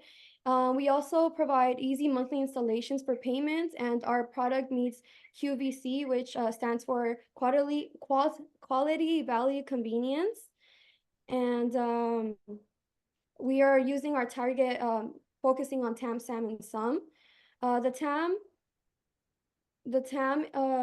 is the total valuable market. We are focusing on U.S. homeowners, which overall is more than 203 million out of the homeowners, which out of the... Be careful, Jennifer, you have like 30 seconds to finish. Okay, so this is just a little brief overview of the market of the TAM being the USA homeowners in general, the SAM being the California homeowners, which is 7 million, and the SUM, which is the LA homeowners, and we focus on Hispanic homeowners specifically. So our target for the first year is homeowners living in Los Angeles, Hispanics, and which they account for 444,000 in population, and we're only focusing on 1% of that, which is 4,440, and our profit margin is 64%. And our ask is $120,000 investment And that would grant you the 25% equity with the 50% return for 3 years, and then the 30% after that. And our investment money usage will be used to pay out our pending patent to be approved, and we estimate that to be around 25,000. Our patent will be good for 20 years. We will also be using that for marketing, ads, promotion events, social media, and we estimate that to be 55,000. We also would like to use our investment money to host bi-monthly product demo events for the first 6 months, then weekly for the 6 months that follow. And we would also like to buy more inventory, and we like to have 400 to 500 units. And this is just a little product timeline. I don't know how much time I have left, but yeah, thank you guys, and I look forward to having you become a part of our team. Thank you, Jennifer. Great job. Okay. Now we have Anna. So try again. I'm now on my phone, so if I do this a couple times, it's because my laptop, it's super old, so I think that's why it's not working. But I think I got it. Okay. Let's see. Good? Yes, it's working. Okay, perfect. Thank you, Jennifer, for going in place of me. Sorry for the technical difficulties. I'm really sorry about that. Hello, my name is Anna Marie. Today I'm going to be introducing to you AquaGuard, a leak protection device that makes leaks beware because we are prepared. So as touched on a little bit earlier, the issue started one lovely day when me and my girlfriends decided to take a weekend trip to San Diego. Nothing could have prepared us for when we got home. I came back to a flooded house. It smelled absolutely horrible, but most horrifically, sentimental, irreplaceable values were destroyed. So that is when I brought my concerns to a great friend, John, who's finishing up his master's degree in engineering at UCLA, which then started the search. How can a common issue have no solution? How can we save homeowners money and bring them back the peace of mind? Okay. I found on average, household leaks can waste more than 1 trillion gallons of water annually nationwide. That's equal to the annual household water of more than 11 million homes. All common leaks in drinking faucets are all easily correctable. Unnecessary water, stains, humidity, mold, mildew, dripping, peeling paint, and even hairline cracks. Everyday homeowners are throwing away extra 10% in water bills alone. And I don't want you to end up like this. So it got us thinking, partnering up to make an amazing team. John, my amazing long-term friend, a master in engineering, and with my marketing and business background, we decided to collaborate to help develop and establish a company I present to you today. AquaGuard, where we present not just an easy solution, but an affordable, easy to manage device. The solution we have is an easy to install device that can be installed on any water pipe, electrical line, and plumbing you can think of. It's connected to your device, which will let you know when any leak is detected. How it works. Is that what you think this music is? No. Oh, okay. How it works. In 3 easy steps after installation, you create your account, link your device, and then live a stress-free life. The target market. So currently our target market is gonna be homeowners. This year and next year, with a goal to expand soon in 2025, we soon will be able to help insure people through insurance policies, and then within hopes the next 3 years to go completely commercial. So I know it's like, okay, but what's the actual market like? So I'm gonna break that down to the TAM sum, which is total available market, is the entire United States, which makes up 333.3 million people.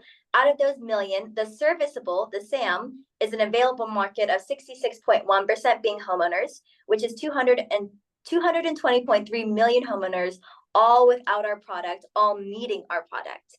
Starting with our current obtainable market, we're gonna start local. The LA County, which is the service and obtainable market, makes up less than 1% of homeowners, with 4 million homeowners, again, without our product. It's not only easy and convenient, but our product gives an affordable homeowner assurance so they know that their stuff will never be smelly and gone forever. Okay, today I ask for your $250,000 for 30% of AquaGuard. $50,000 will be used for inventory, 30,000 patent, 60,000 sales incentives, 80,000 advertising and social media and trade shows. But honestly, as an investor, I would like to know how long will it take for me to get my money back? With your investment of $250,000, the company is projected to break even in less than $6,000 in sales. To be exact, $5,557.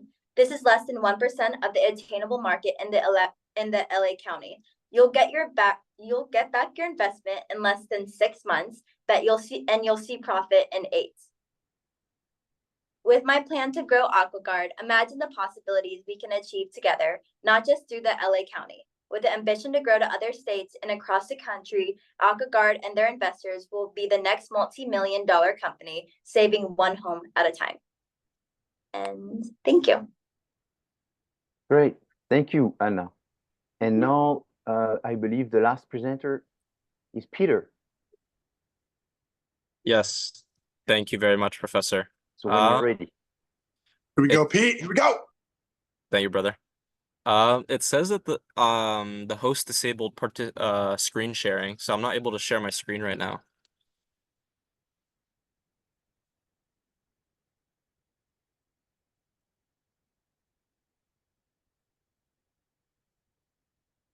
Oh, beautiful. All right then. Let's see. Alrighty. When you're ready, you can go. Alrighty, sounds good to me, Professor. I'm guessing this looks good. Everybody can see this? Yes. All right, perfect. All right then. Well, thank you, Professor, once again, and thank you everybody for taking the time to listen to all of us. I'm the last one, so I'll make it as painless as possible. But yeah, my name is Peter Radionov, and I'm here to pitch my company's product, which is Smart Pipe, and our company is Radionov Group LLC, and we'll just dive in from there. So definitely some background, as I shared previously. Both myself and my parents and my brother were all from Ukraine, and we only recently moved to the United States back in 2020 after the war that had ensued. The place where we lived in Ukraine was unfortunately, kind of rubbled into smithereens, and we were able to find a house in the United States. And kind of as I mentioned prior, when we moved to the United States, my parents had to move back to take care of some other affairs in Ukraine. And while we were over there, we ended up facing a lot of leaks that were mostly due to the California earthquakes that we had, especially within the San Fernando Valley. And a lot of the leaks and cracks that happened because of the earthquake weren't taken into account. So we kind of very early on realized there is a problem within the San Fernando Valley, and especially in California, with earthquakes and droughts, and really just how expensive it is to live here. On top of that, there is a problem when it comes to leaks and faulty pipes. So, oh great. So from there, that kind of me and my brother were able to recognize a problem in the United States, and I'll show further also just more specifically within California, but at least abroad in the United States, we have over dozens of leaks on a daily basis, up to the point where it equals up to $900 billion in lost, 900 billion gallons in lost water every year, which is the equivalent of 10 Notre Dames which is actually the picture over there. So it's a large amount of water that's just being lost through leaks nationally within the United States. Another thing that we picked up on was that just how many people are affected by it. With over 300 million people living in the United States, about over 14,000 people are affected daily from leaks. And that's just from whether it's from your sink or the bathroom or even sewage. These are all things that, can't be ignored. And definitely the last thing would have to be the thing at the end of the day, which is money talks. And that's how much damage that water really creates, especially on properties, whether it's residential or commercial. So at least from there, me and my brother were able to recognize that these problems are more highlighted and definitely more solidified within California, especially with 80% of all California water being used by homes and businesses. So it's definitely a big part of our daily lives and something that we need to make sure is in check. The other thing is that California is the #1 populated state within the United States. So there's a lot of people who are going to be facing this problem. And out of that $14,000 statistic, 4,000 of those people are actually 4,000 people in California alone experience leaks from faulty piping. And the last thing would definitely have to be how expensive California is to live in. And with an expensive house comes expensive repairs and expensive damages. So from there, me and my brother teamed up together. Just like I mentioned, my brother recently graduated from the University of Ukraine in Kiev. And myself, we just recently graduated from CSUN with a marketing business degree, where we were able to come up with Smart Pipe, which is a device that you attach into all of your pipes, specifically where they meet in the sprinkler line in the back of the house. And from there, it's able to detect and really prioritize how much water is being used within your house, but not only on top of that, where leaks are coming from, how often your water is being used and from where, and being able to address these problems as early on as you can. And something that we identified was a big portion, or at least a big market that we have that we are tapping into, are residential and commercial buildings, especially within California. So, and the most interesting thing is that both homeowners and business owners face kind of two similar things that they're looking to address, especially when it comes to leaks and really water prevention. And that's greenery, such as making sure that the house and the building looks nice, everything's taken care of, and not only on top of greenery, but also just everything is working, from the restrooms to the sink to the kitchen. And on top of that is also the internal structure, which is I just mentioned. So these two things are definitely something that this product will address, and not only that, we'll be able to fight against. And in 2023, me and my brother were able to do a test run, a kind of pilot of our product, where we gave out our product to 100 different individuals. And but on top of that, our product is actually set up into 3 different things. We have our version 1, which is the manual reset, version 2, which is a Bluetooth reset, and then we have a subscription that we provide for the version 2. And basically the difference between the version 1 and 2 is that version 1 is a manual reset. So anytime there's a leak, it's going to close off the valve, but you have to manually reset it. But the Bluetooth device, which is a more premium version, is you're able to reset it via Bluetooth phone, and you can purchase a subscription with it, which not only helps you do it from your phone, but it's able to give you reports on what is going on, whether it's the water usage, how much is being used, the most common types of leaks that you're experiencing, and in what times of the day you have the most water usage. So definitely a lot of those things. And at least from there, me and my brother are looking for a $200,000 investment in exchange for 25%, which values our company at about $800,000 as of this year. And I would say the 3 main points that we're looking to use this money for is to raise consumer demand, provide the product quickly to customers who need it and want it in California, and expanding the business to eventually not only surpass San Fernando Valley and Los Angeles, but California as a whole, and more on a national level as well. And this deployment would look like this, at least on a very high level. We're going to be split it up into advertising, social media outreach, inventory storage, and employee compensation, where we currently have 1 engineer, 1 marketing agent, and we have 4 other employees that work on the actual physical manufacturing. So that's where a lot of the capital would go, with the remaining going to advertisement and all these other goals that we have in mind. And at least for ourselves, we were able to also just identify through break-even analysis the best possible price that we can have for the individual products.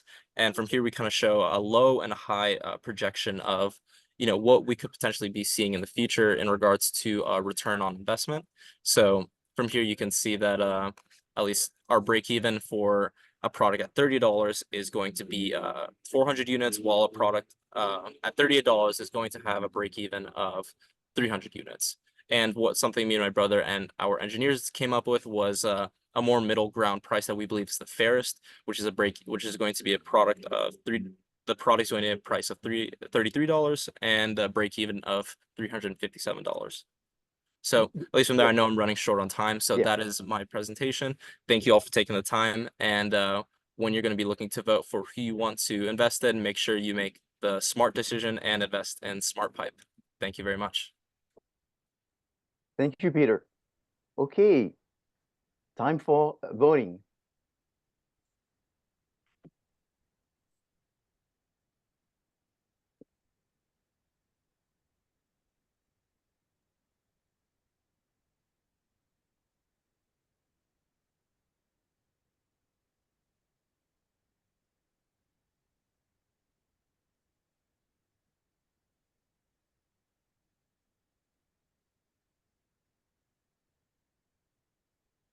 And while we do this, I will take advantage of this time to present the winner of the Clydesdale Award for 2024.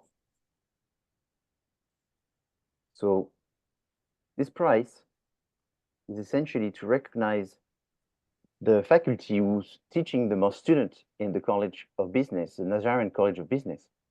And so CSUN is one of the largest schools in California, one of the largest in the US in number of students, and the Nazarian College is also one of the largest in number of students. So through discussions with even David Nazarian, chairs and faculty, I thought of this very concrete, objective measure of looking at the instructor that had the largest number of students that they were teaching during the spring semester in order to recognize this person. And we asked each department to actually tell us the number, the largest instructor load that they had in each department. And so this year was the professor from the Department of Management who actually happened to have the biggest load. And her name is Deanne Zell. Are you here, Deanne? Yes, I am. Thank you very much for this award. It's an honor, and I really enjoyed the presentations. Thank you. Thank you very much. Thank you. You know, I was able to speak with your chair, and he was very complimentary, not only on the fact that you were someone that was very dedicated to the students, but that you also brought a lot of innovation in your instructions and came up with new models. I believe you have AI somehow that is part of your instructions and all that. So tell us a little bit about it. Sure. I think, you know, I'm trying to teach the tools of tomorrow in the classroom of today, and I see all these changes happening, and I just wanted to make sure that students knew about these tools and are able to use them. They're, you know, slowly seeping into academia, but they had a chance to use a lot of AI responsibly, not for everything, but yes, responsibly. So I think it worked out really well. So I'm really thrilled. Thank you again. Well, thank you to be the Clydesdale. So we use that term because the Clydesdale is a breed of horses, which is known for carrying and pulling heavy loads. So I think this was a very good analogy for talking about our instructors that are very dedicated to teaching so many students. So thank you very much. In addition, you're a full professor tenure and all this, so it's more kudos to you to want to be teaching so many students and bring all of these new ideas to the class. Thank you again. It's a privilege. Thank you. And so as a new little innovation is I was able to work through the kink of administration to be able to actually dedicate $1,000. So you will receive a scholarship of $1,000.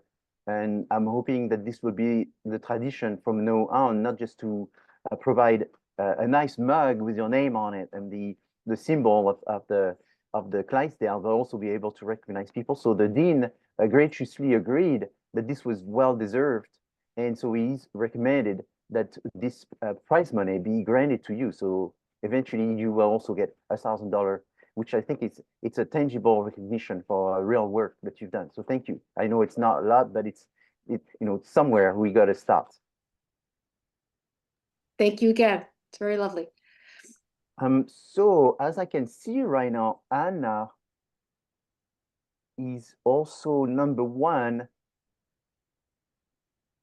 for the 5 minutes. So it's 4:22. Let's wait that it's 5.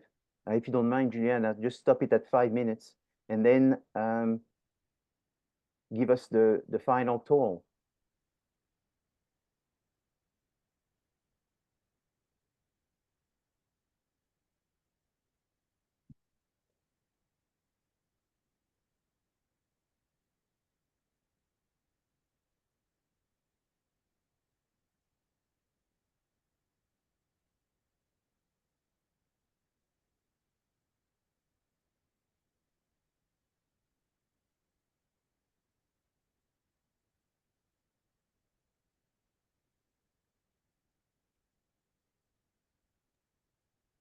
Okay, so I just finished tallying everything up as well, Professor. Do Okay. you want me to say like first, second, third, fourth, fifth? Third, second, and fifth, yeah. So which third? So third, yes. Okay, so for third place, we have Matthew. He ended with, yeah, congrats. He ended with a total of 35 points. Okay, fantastic. In second place, we have Peter. He ended with 45 points. Congratulations, Peter. Congratulations, Peter. And in first place, we have Anna. She ended with a total of 53 points. Congratulations. Wow, that's amazing. Great job. That's fantastic. Yeah, everyone did a great job. Everyone worked extremely hard on this, I know. Everyone, spent a lot of time working on it.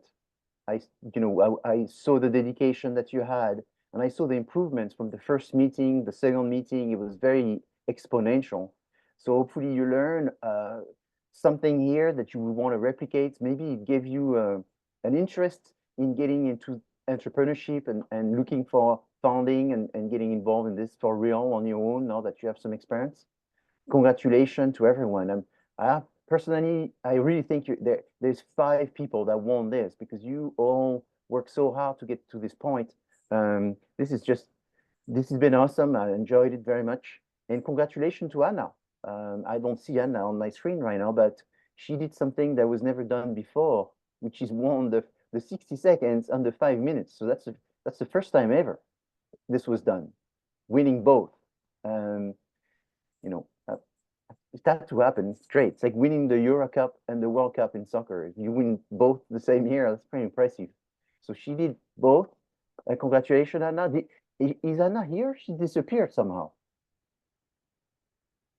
Yes, so we lost Anna somewhere. She did very well. And so we'll see her in class. I will see a lot of you today in class. And so we'll take the opportunity to meet in class to remember this moment and to congratulate you in person. And I'm on campus right now myself. And so I'll see you very soon. Congratulations again. You should probably feel relief because this was still some pressure and you've done very well, but it's something that nobody can take from you. You've done it and you've done very well. Congratulations to the top 3 people. Obviously, it was pretty close. And we'll say hi to Anna when we see her back in class. Thank you. Sorry, my phone, everything died. So I was like, uh-oh. So I don't know if you know, but you actually won. Oh, thank you. Thank you for voting for me. Yes. So you won, and you won both the 60 seconds and the 5 minutes with some serious computer glitch, So people didn't take this into consideration against you, which I guess it's great because they really focused on the delivery. And so congratulations. And we'll see you later. Thank everyone for coming today. We had about 115 people that came, so it's been really good. I enjoyed it. I know we could do a lot through Zoom. Let's see what we can do next year, but I'll give you, I'll invite you to come next year. And if you have time, you'll be more than welcome. And stay in touch with CSUN. If you know any businesses, if you develop a business, when you become an alumni or you're part of a business, don't forget about us. We'll still be here. Helping businesses that care for students to help them and see the value of this collaboration that we're doing. So thank you very much, everyone. Have a great day and best of luck with your last classes, your exams, and the last papers. I know Daniel said he had papers due tonight. Same for me. So best of luck for everyone with completing the semester. Great having you. Thank you very much. Thank you. Thank you. Thank you, everyone. Bye-bye. Thank you, Professor. See you in class. See you in class.